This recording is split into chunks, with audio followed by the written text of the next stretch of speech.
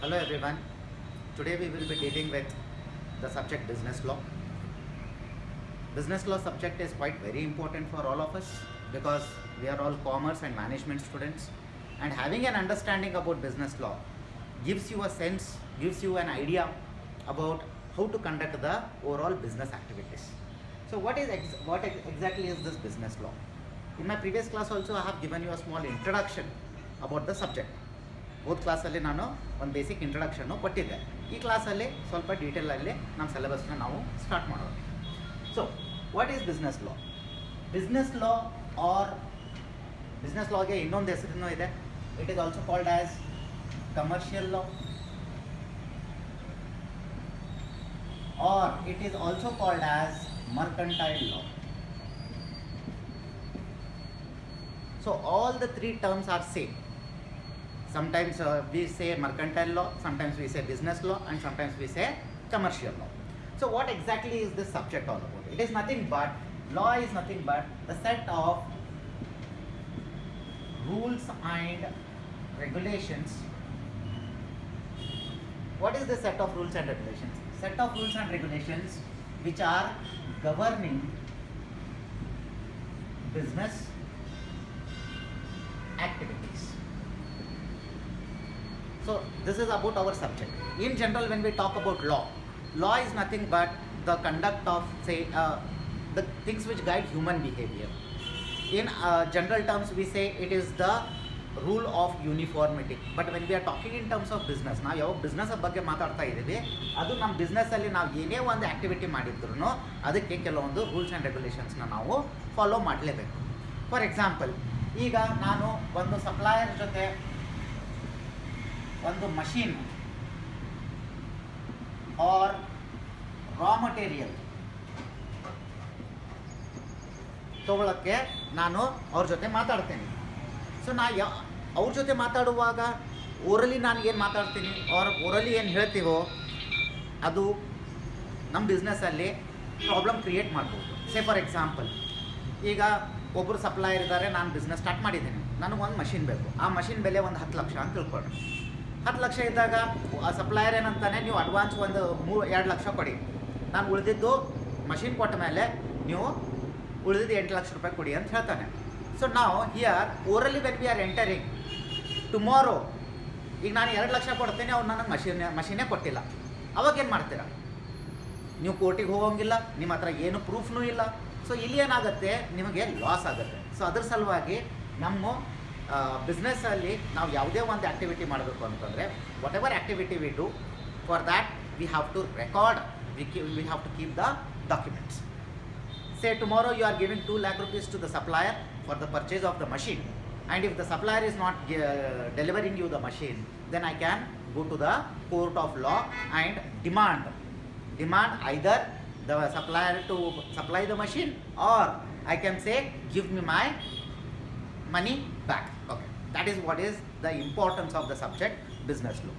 So every human being, say for example, I am not talking only about suppliers. Say for example, when I am taking a product, ಪ್ರತಿಯೊಂದು product ಮೇಲೆ ಏನೋ ಒಂದು ಬರೆದಿರ್ತಾರೆ. Say for example, ನಾವು ಒಂದು marker ತೊಗೊಳ್ತಾ ಇದ್ದೀನಿ ಅಂದರೆ, the marker is also, there are some set of things which are written. So these are nothing but the set of promises, right? So when I am taking the marker, it means that the person is accepting, I am also accepting, I am accepting the offer, and the person or the company is accepting the giving the offer to me. So that is what is, the two parties are accepting the things which are written on this particular product. And if ನಾಳೆ ಈ product ಮೇಲೆ ಇರುವಂಥ ಒಂದು statement ಏನಾದರೂ wrong ಆದರೆ ನಾನೇನು ಮಾಡ್ಬೋದು, directly court of consumer ಕೋರ್ಟಿಗೆ ನಾನು ಹೋಗ್ಬೋದು. ಫಾರ್ ಎಕ್ಸಾಂಪಲ್, ಈಗ ಫೇರ್ ಆ್ಯಂಡ್ ಲವ್ಲಿ, ಮೊದಲು ಫೇರ್ ಆ್ಯಂಡ್ ಲವ್ಲಿ ಇದೆ, ಫೇರ್ ಆ್ಯಂಡ್ ಗ್ಲೋ ಆಗಿಬಿಟ್ಟಿದೆ. ಫೇರ್ ಆ್ಯಂಡ್ ಲವ್ಲಿ ಏನು ಪ್ರಾಮಿಸ್ ಮಾಡ್ತಿತ್ತು, ಒಂದು 7 ವಾರ 14 ದಿನದಲ್ಲೇ ನೀವೆಲ್ಲ ಬೆಳ್ಳಗಾಗ್ಬಿಡ್ತೀರಾ ಅಂತೇಳಿ, you will become fair. Okay, if that was the thing, then people in West Indies would have not been black people. So every one of us would be very fair, glowing people. So this particular point, statement ಏನಿತ್ತು Fair and ಲವ್ಲಿದು, ಅಲ್ಲಿ ಅದು ಏನಾಯಿತು, ಕೋರ್ಟಲ್ಲಿ ಹಾಕಿದ್ರು, consumer ಕೋರ್ಟಲ್ಲಿ ಹಾಕಿದ್ರು, and it proved to be wrong. So that is the reason ಅವ್ರು ಏನು ಮಾಡಿದ್ರು, ಆಮೇಲೆ ಆ ಸ್ಟೇಟ್ಮೆಂಟ್ನ ಚೇಂಜ್ ಮಾಡಿದರು, ಆ ಸ್ಟೇಟ್ಮೆಂಟ್ನ ಚೇಂಜ್ ಮಾಡಿದರು. ಅವರು ಈಗ ಬೆಳ್ಳಗಂತೇಳಿ ಮಾತಾಡಲ್ಲ, ಅವರು they say that the fairness will increase. They will not say that ನಾವು you will become completely white and fair and your face will glow. So that is what is the thing. So whenever we are taking a product, ನಾವು ಯಾವಾಗ supplier ಜೊತೆ machine ತೊಗೊಳಕತ್ತೀವಿ, ನಾವು ಯಾವಾಗ ಒಂದು customer ಜೊತೆ ವ್ಯವಹಾರ ಮಾಡ್ತಾ ಇದ್ದೀವಿ, when we are doing business with the customer or when we are selling the products to the customer, ಅವಾಗ ಏನಿದೆ ಅಂತಂದರೆ ನಾವು ಗಿವ್ ಆ್ಯಂಡ್ ಟೇಕ್ ಮಾಡ್ತಾ ಇದ್ದೀವಿ, ಆಫರ್ ಆ್ಯಂಡ್ ಎಕ್ಸೆಪ್ಟೆನ್ಸ್ ಮಾಡ್ತಾ ಇದ್ದೀವಿ.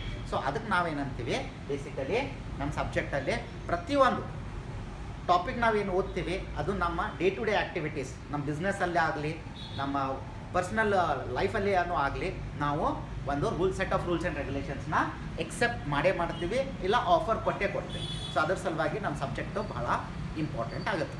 I hope the basic introduction is okay with you all. ತಿಳಿತು ಅಂತ ಅನ್ಕೋತೇನೆ ರೀ.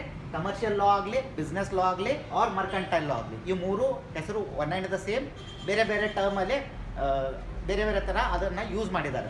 ಬಟ್ ನಮ್ಮ ಯೂನಿವರ್ಸಿಟಿಯಲ್ಲಿ ಇದನ್ನು ನಾವು ಬಿಸ್ನೆಸ್ ಲಾ ಅಂತೀವಿ, ಇನ್ನೊಂದು ಯೂನಿವರ್ಸಿಟಿಯಲ್ಲಿ ಮರ್ಕಂಟೈಲ್ ಲಾ ಅಂತಾರೆ, ಇನ್ನೊಂದು ಕೆಲವೊಂದು ಬೇರೆ ಯೂನಿವರ್ಸಿಟಿಯಲ್ಲಿ ಅವರಿಗೆ ಕಮರ್ಷಿಯಲ್ ಲಾ ಅಂತೇಳಿ ಸಬ್ಜೆಕ್ಟ್ನ ಡಿಸೈನ್ ಮಾಡಿದ್ದಾರೆ. But all contents the same syllabus. Okay, so I hope ಈಗ ನಾವು ಸೆಟ್ ಆಫ್ ಈ ಬೇಸಿಕ್ ಇಂಟ್ರೊಡಕ್ಷನ್ ಆಗಲಿ, ಈ ಸಬ್ಜೆಕ್ಟ್ ನಾವು ಯಾಕೆ ಕಲಿಬೇಕು, why we should study this subject, what is the requirement, what is the need of the subject. I hope we people have got an basic understanding of it. Now coming down to the concept business law, when we talk about Indian business law or Indian mercantile law, this law is derived from English mercantile law. So Indian business law ಆಗಲಿ, Indian mercantile law ಆಗಲಿ, ನಾವು ಎಲ್ಲಿಂದ ತೊಗೊಂಡಿವ್ರಿ, we have taken it from English mercantile law. So when we are talking about the source ನಾವು ಎಲ್ಲಿಂದ ತೊಗೊಳ್ತಾ ಇದ್ದೀವಿ, English mercantile ಲಾ ಇಂದ ನಾವು ಸೋರ್ಸ್ನ ನಾವು ಕನ್ಸಿಡರ್ ಮಾಡ್ತಾ ಇದ್ದೀವಿ. So it becomes important for us to understand the history of English mercantile law. ಯಾಕಂದ್ರೆ ಒಂದ್ಸಲ ಇಂಗ್ಲೀಷ್ ಮರ್ಕಂಟೈಲ್ ಲಾದ ಹಿಸ್ಟ್ರಿ ಗೊತ್ತಾಗ್ಬಿಟ್ರೆ ನಾವು ಇಂಡಿಯನ್ ಮರ್ಕಂಟೈಲ್ ಲಾ ಬಗ್ಗೆ ಆರ್ ಇಂಡಿಯನ್ ಬಿಸ್ನೆಸ್ ಲಾ ಬಗ್ಗೆ ನಾವು ಈಸಿಯಾಗಿ ಅಂಡರ್ಸ್ಟ್ಯಾಂಡ್ ಮಾಡ್ಕೋಬೋದು. ಸೊ ಇಂಗ್ಲೀಷ್ ಮರ್ಕಂಟೈಲ್ ಲಾ ಸ್ಟಾರ್ಟ್ ಆಗಿದ್ದು ಫಸ್ಟು ಕಾಮನ್ ಲಾ ಅಂತ ಹೇಳಿ. ಈ ಹೆಸರಲ್ಲೇ ನಮಗೆ ಈಸಿಯಾಗಿ ಅಂಡರ್ಸ್ಟ್ಯಾಂಡ್ ಆಗುತ್ತೆ. We can understand very easily from the term it self. Common law which means the set of rules and regulations which became popular in a wide area. ಅಂದರೆ ಅವರು ಒಂದು ರೂಲ್ಸ್ ಆ್ಯಂಡ್ ರೆಗ್ಯುಲೇಷನ್ಸ್ನ ಎನಾಕ್ಟ್ ಮಾಡಿದರು. But ಅದೇ ಒಂದು rules and regulation ಏನಾಯಿತು, ಭಾಳಷ್ಟು ಏರಿಯಾದಲ್ಲಿ, ಭಾಳಷ್ಟು ಜಾಗದಲ್ಲಿ ಅದನ್ನು ಎಲ್ಲರೂ ಎಕ್ಸೆಪ್ಟ್ ಮಾಡಿದರು. ಸೊ ಅಂಥದ್ದು ಒಂದು ಲಾಗೆ ನಾವೇನಂತೀವಿ, ಕಾಮನ್ ಲಾ ಅಂತ ಹೇಳ್ತೇವೆ. ಓಕೆ, ಎರಡನೇದು ಈಕ್ವಿಟಿ. ನೆಕ್ಸ್ಟ್ ಈಕ್ವಿಟಿ ಏನಿದೆ ಅಂತಂತಂದರೆ, ಕಾಮನ್ ಲಾ ಮೇಲೆ ಒಂದು ಪಾಲಿಷ್ ಏನು ನಾವು ಮಾಡ್ತೀವಿ, ಆ ಥರ ಒಂದು ಕಾಮನ್ ಲಾಗೆ ಸಪೋರ್ಟ್ ಮಾಡುವಂಥ ಒಂದು ಲಾ ಯಾವುದಿದೆ, ಈಕ್ವಿಟಿ ಲಾ ಅಂತ ಹೇಳಿ. ಈಕ್ವಿಟಿ ಅಂದರೆ ಏನು? That is in short, every one should be treated commonly, every one should be treated equally. ಎಲ್ಲರನ್ನ ಸರಿಸಮಾನವಾಗಿ ನಾವು ನೋಡ್ಕೋಬೇಕು. ಸೊ ಇದು ಏನಿದೆ ಅಂತಂದರೆ ನಮ್ಮ ನಿಯಮಗಳಲ್ಲಿ ನಾವು ಇದನ್ನು ಜಾರಿಯಲ್ಲಿ ಮಾಡಬೇಕು. ಕಾಮನ್ ಲಾ ನಾರ್ಮಲಿ ಸ್ಟಾರ್ಟ್ ಆಗಿದ್ದು ಇಂಗ್ಲೆಂಡಲ್ಲಿ ಕಿಂಗ್ಸ್ ಬೆಂಚ್ ಅಂಥೇಳಿ. ಕಿಂಗ್ಸು ಬೆಂಚ್ ಅಂಥೇಳಿ, ಯಾವುದೇ ಒಂದು ನನಗೇನಾದರೂ ತೊಂದರೆ ಇದ್ದರೆ ಮೊದಲು ಎಲ್ಲಿ ಹೋಗ್ತಿದ್ರು ಜನರು, ರಾಜನ ಹತ್ರ ಹೋಗ್ತಿದ್ರು. ರಾಜನ ಹತ್ರ ಹೋಗ್ಬಿಟ್ಟು ತಮ್ಮ ಎಲ್ಲ ಪ್ರಾಬ್ಲಮ್ಸ್ನ ಹೇಳ್ಕೊತಿದ್ರು. ಅಲ್ಲಿ ರಾಜ ಏನು ಮಾಡ್ತಿದ್ದ, ಆ ಪ್ರಾಬ್ಲಮ್ನ ಸಮಾಧಾನ ಮಾಡಿಸ್ತಿದ್ದ. ಸೊ ಅಲ್ಲಿ ಏನಾಯಿತು, ಅದು ಕಿಂಗ್ಸ್ ಲಾ ಆರ್ ಕಾಮನ್ ಲಾ ಅಂತೇಳಿ ಕನ್ಸಿಡರ್ ಆಯಿತು. ಆದರೆ ಇಲ್ಲಿ ಒಂದು ಪ್ರಾಬ್ಲಮ್ ಕ್ರಿಯೇಟ್ ಆಯಿತು. ಎಲ್ಲ ನಿರ್ಧಾರ ರಾಜನೇ ತೊಗೊಳೋಂಗಿಲ್ಲ. So what he did, he use to give the minister the responsibility to solve the problem. ಅಂದರೆ ಒಂದು ಮನುಷ್ಯದ ಕಾಮನ್ ಪ್ರಾಬ್ಲಮ್ ಏನಿತ್ತು, ಸಾಲ್ವ್ ಮಾಡು ಅಂಥೇಳಿ ಒಬ್ಬ ಮಿನಿಸ್ಟರಿಗೆ ಒಪ್ಪಿಸ್ತಿದ್ದ. ಅಲ್ಲಿ ಆ ಮಿನಿಸ್ಟರ್ ಏನು ಮಾಡ್ತಿದ್ದ, ಯಾರ ಹತ್ರ ವೆಲ್ತ್ ಇದೆ, ಅಂದರೆ ಯಾರ ಹತ್ರ ದುಡ್ಡಿದೆ, ಯಾರ ಹತ್ರ ಪವರ್ ಇದೆ, ಅವರನ್ನು ಅವ್ರ ಫೇವರಲ್ಲಿ ಆ ಮಿನಿಸ್ಟರ್ ಏನು ಮಾಡ್ತಿದ್ರು, ಅವರಿಗೆ ಗೆಲ್ಲಿಸ್ತಿದ್ರು. That is they were favouring the people who were wealthy, who were having money and who were powerful. So for them they were given the preferences. So ಇಲ್ಲಿ ಏನಾಯಿತು, ಜನರು common people they went against the ministers, they went against the people who wear involved in the common law because they were not satisfied, they were dissatisfied. So this group of people, they came together and they went again to the king. So here the king created a bench or court of chancery, that is he appointed a chancellor. ಎಲ್ಲಿ ಇಂಗ್ಲೆಂಡಲ್ಲಿ ಚಾನ್ಸಲರ್ನ appoint ಮಾಡಿದ್ರು. ಚಾನ್ಸಲರ್ನ appoint ಮಾಡಿದಾಗ ಆ chancellor ಏನಾಯಿತು, court of Chancery ಅಂಥೇಳಿ ಒಂದು court start ಆಯಿತು.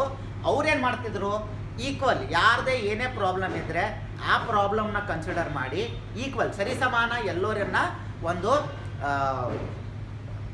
Solution ಸಿಗಬೇಕು ಅಂಥೇಳಿ ಅವರು ಒಂದು ಸ್ಟೆಪ್ಸ್ನ ತೊಗೋತಿದ್ರು. ಸೊ ಇಲ್ಲಿ ಏನಾಯಿತು, people were very happy. Even a common person ಏನಾಗ್ತಿತ್ತು, ಒಂದು ಕಾಮನ್ ಪರ್ಸನಿಗೂ ಅದು ಸ್ಯಾಟಿಸ್ಫೈ ಆಗ್ತಿತ್ತು.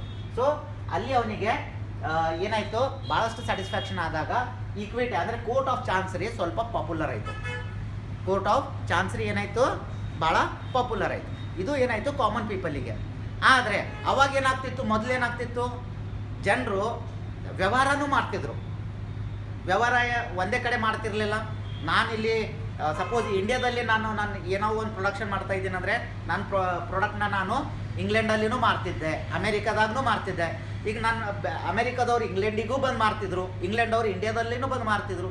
ಸೊ ಇಲ್ಲಿ ಏನಾಗ್ತಿತ್ತು ಅಂತಂದರೆ ಇಂಗ್ಲೀಷ್ ಲಾ ಏನಿದೆ, ಕಾಮನ್ ಲಾ ಏನಿದೆ, ಎಲ್ಲರಿಗೆ ಗೊತ್ತಾಗ್ತಿರ್ಲಿಲ್ಲ. ಈಗ ನಾನು ಇಂಡಿಯಾದಾಗ ಇದ್ಬಿಟ್ಟು ನಾನು ಇಂಡಿಯನ್ ಲಾ ಗೊತ್ತು, ಬಟ್ ಇದೇ ಲಾನ ನಮ್ಮ ಇಂಗ್ಲೆಂಡಲ್ಲಿ ಹೋಗ್ಬಿಟ್ಟು ನಾನು ವ್ಯವಹಾರ ಮಾಡಬೇಕು ಅಂತಂದರೆ, ಒಂದು ಬಿಸ್ನೆಸ್ ಮಾಡಬೇಕು ಅಂದರೆ ಅಲ್ಲಿನ ಲಾಗ್ನೂ ನನಗೆ ನಾನು ಒಂದು ಅಂಡರ್ಸ್ಟ್ಯಾಂಡಿಂಗ್ ಇರಬೇಕು ನನಗೆ. ಬಟ್ ಎಲ್ಲ ಜನರಿಗೆ, ಎಲ್ಲ ಟ್ರೇಡರ್ಸಿಗೆ, ಎಲ್ಲ ಬಿಸ್ನೆಸ್ ಮ್ಯಾನಿಗೆ ಆ ಒಂದು ಕಂಟ್ರಿದ್ದು ಲಾ ಗೊತ್ತಾಗಬೇಕು. ಎಲ್ಲ ದೇಶದಲ್ಲಿ ನಾನು ಬಿಸ್ನೆಸ್ ಮಾಡ್ತಾಯಿದ್ದೀನಿ, ಆ ದೇಶದಲ್ಲಿನೂ ಹೋಗಿ ನಂದು ಅವ್ರದ್ದು ರೂಲ್ಸ್ ಆ್ಯಂಡ್ ರೆಗ್ಯುಲೇಷನ್ಸ್ನ ನನಗೆ ಗೊತ್ತಾಗಬೇಕು ಅಂತಂದರೆ ಸ್ವಲ್ಪ ಕಷ್ಟ ಆಗ್ತಿತ್ತು. ಸೊ ಅವಾಗೇನಾಯಿತು, the next step was mercantile law. ಅಂದರೆ ಎಲ್ಲ ಟ್ರೇಡರ್ಸಿಗೆ, ಟ್ರೇಡರ್ಸ್ ಅಂದರೆ ಆಲ್ ಬಿಸ್ನೆಸ್ ಮ್ಯಾನ್, ಯಾರ್ಯಾರು ಬಿಸ್ನೆಸ್ ಮಾಡ್ತಾ ಇದ್ದಾರೆ, ಇಂಗ್ಲೆಂಡಲ್ಲಿ ಹೋಗಿ ಯಾರು ಮಾಡ್ತಾ ಇದ್ದಾರೆ, ಇಲ್ಲ ಇಂಗ್ಲೆಂಡವ್ರು ಹೋಗ್ಬಿಟ್ಟು ಬೇರೆ ಕಡೆ ಎಲ್ಲೆಲ್ಲ ಏನು ಮಾಡ್ತಾ ಇದ್ದಾರೆ, ಅವ್ರಿಗೋಸ್ಕರ ಒಂದು ಬೈಯಿಂಗ್ ಆ್ಯಂಡ್ ಸೆಲ್ಲಿಂಗ್ ಆರ್ ಒಂದು ಬಿಸ್ನೆಸ್ ಮಾಡಬೇಕು ಅಂದರೆ ಅವ್ರು ಯಾವ್ಯಾವ ರೂಲ್ಸ್ನ ಫಾಲೋ ಮಾಡಬೇಕು ಥ್ರೂ ಔಟ್ ದ ವರ್ಲ್ಡ್ ಒಂದು ಕಾಮನ್ ಆಗಿ ಒಂದು ಸೆಟ್ ಆಫ್ ರೂಲ್ಸ್ ಆ್ಯಂಡ್ ರೆಗ್ಯುಲೇಷನ್ಸ್ನ ಫ್ರೇಮ್ ಮಾಡಿದರು. ಸೊ ಆ ಸೆಟ್ ಆಫ್ ರೂಲ್ಸ್ ಆ್ಯಂಡ್ ರೆಗ್ಯುಲೇಷನ್ಸ್ಗೆ ನಾವೇನಂತೀವಿ, ಮರ್ಕಂಟೈಲ್ ಲಾ ಅಂತ ಹೇಳ್ತೀವಿ. ನೆಕ್ಸ್ಟ್ ಇನ್ನೊಂದು ಏನಿದೆ ಅಂತಂದರೆ ಸ್ಟ್ಯಾಚ್ಯೂಟ್ ಆರ್ ಆ್ಯಕ್ಟ್. ಸ್ಟ್ಯಾಚ್ಯೂಟ್ ಅಂತಂದರೆ ಇದು ಒಂದು ಫಿಕ್ಸ್ಡ್ ರೂಲ್ಸ್ ಆ್ಯಂಡ್ ರೆಗ್ಯುಲೇಷನ್ಸ್, ಒಂದು ಫಿಕ್ಸ್ಡ್ ರೂಲ್ಸ್ ಆ್ಯಂಡ್ ರೆಗ್ಯುಲೇಷನ್ಸ್. ಇದನ್ನು ಯಾರು ಎನೆಕ್ಟ್ ಮಾಡ್ತಿದ್ರು, ಇದನ್ನು ಪಾರ್ಲಿಮೆಂಟಲ್ಲಿ, ಎಲ್ಲಿ ಇಂಗ್ಲೀಷ್ ಪಾರ್ಲಿಮೆಂಟಲ್ಲಿ ಇದನ್ನು ಎನ್ಯಾಕ್ಟ್ ಮಾಡ್ತಿದ್ರು. ಯಾವಾಗ ಅದು ಎನ್ಯಾಕ್ಟ್ ಆಗುತ್ತೋ, ರೂಲ್ ಆಗುತ್ತೋ, ಅದು ಇಡೀ ದೇಶ ಆಗಲಿ ಅವ್ರು ಎಲ್ಲೆಲ್ಲೋ ವ್ಯವಹಾರ ಮಾಡ್ತಿದ್ದಾರೆ ಎಲ್ಲರೂ ಅದನ್ನು ಎಕ್ಸೆಪ್ಟ್ ಮಾಡಲೇಬೇಕು.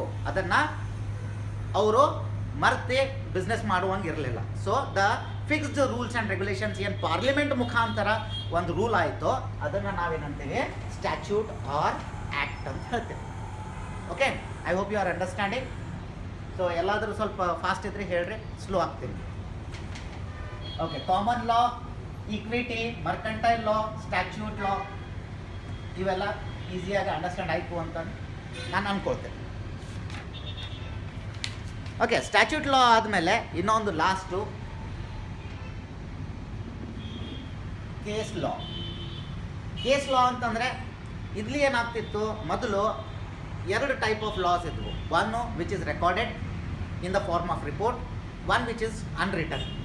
ಸೊ ಪ್ರತಿಯೊಂದು ಕೇಸ್ ನಾವು ಏನು ನೋಡ್ತೀವಿ ಅದು ಬೇರೆ ಬೇರೆ ಥರನೇ ಇರುತ್ತೆ, ಎಲ್ಲ ಕೇಸು ಸಿಮಿಲರ್ ಆಗಿರಲ್ಲ. ಸೊ ಹಾಗಾಗಿ ಪ್ರತಿಯೊಂದು ಕೇಸ್ನ ಅದೇ ಒಂದು ಕೇಸ್ ಡೀಟೇಲ್ಸ್ನ ತೊಗೊಂಡು ಅದನ್ನು ಸಾಲ್ವ್ ಮಾಡಿ ಅದನ್ನು ಒಂದು ರಿಪೋರ್ಟಲ್ಲಿ ರೆಕಾರ್ಡ್ ಮಾಡೋದೇ ಕಾನ್ಸೆಪ್ಟು ಕೇಸ್ ಲಾ. ಇದೇ ಸೇಮ್ ಏನಿದೆ ಇಂಗ್ಲೀಷ್ ಲಾ, ಇದು ಜರ್ನಿ ಟುವರ್ಡ್ಸ್ ಅವರ್ ಮರ್ಕಂಟೈಲ್ ಲಾ ತನಕ ನಮ್ಮ ಜರ್ನಿ ಆಯಿತು. ಅವೆಲ್ಲ ಸೆಟ್ ಆಫ್ ರೂಲ್ಸ್ ಆ್ಯಂಡ್ ರೆಗ್ಯುಲೇಷನ್ಸ್ನ ಒಂದುಗೂಡಿಸಿ ನಾವೇನು ಇವತ್ತಿನ ದಿನ ಪ್ರಾಕ್ಟೀಸ್ ಮಾಡ್ತಾ ಇದ್ದೀವಿ ಅದು ಬೇಸಿಕಲಿ ಇಂಗ್ಲೀಷ್ ಮರ್ಕಂಟೈಲ್ ಲಾ. ಇಂಡಿಯಾದಲ್ಲಿನೂ ನಾವು ಅದೇ ಲಾಸ್ನ ಫಾಲೋ ಮಾಡ್ತಾ ಇದ್ದೀವಿ. ದೇರ್ ಆರ್ ಸಮ್ ಮಾಡಿಫಿಕೇಷನ್ಸ್, ಸ್ವಲ್ಪ ಮಾಡಿಫಿಕೇಷನ್ಸ್ ನಾವು ಇಂಡಿಯಾದಲ್ಲಿ ಮಾಡಿದ್ದೀವಿ, ಸೊ ಅದನ್ನು ಮಾಡಿಫೈ ಮಾಡಿ ಮತ್ತೆ ಎಲ್ಲರನ್ನೂ ಕೊಟ್ಟಿದೆ. ಬಟ್ ಬೇಸಿಕಲಿ ನಮ್ಮದು ಸೋರ್ಸ್ ಎಲ್ಲಿಂದಿದೆ? English mercantile law. Our source of law, business law is from English mercantile law. So similarly, Indian business law or Indian mercantile law is the source of English mercantile law. So this is how we have come to our concept, basic introduction, the source, scope ಮತ್ತು need. ಈ ಮೂರನ್ನ 4 ಟಾಪಿಕ್ನ ನಾವು ಇವತ್ತು discuss ಮಾಡಿದ್ವಿ. I hope you have understood. ಏನಾದರೂ doubt ಇದ್ದರೆ, ಏನಾದರೂ question ಇದ್ದರೆ ದಯವಿಟ್ಟು ಕೇಳಿ. Any questions? ಓಕೆ. ಈಗ ಇಲ್ಲಿ 2 ಇಂಪಾರ್ಟೆಂಟ್ ಕಾನ್ಸೆಪ್ಟ್ ಇದೆ. Maybe they will ask for 2 marks. 2 ಮಾರ್ಕ್ಸಿಗೆ ಪ್ಲೇಂಟಿಫ್ ಮತ್ತು ಇನ್ನೊಂದು defendant.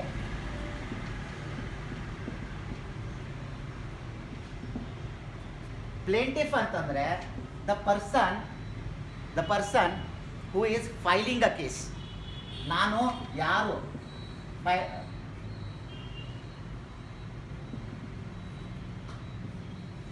or the person who is the suitor.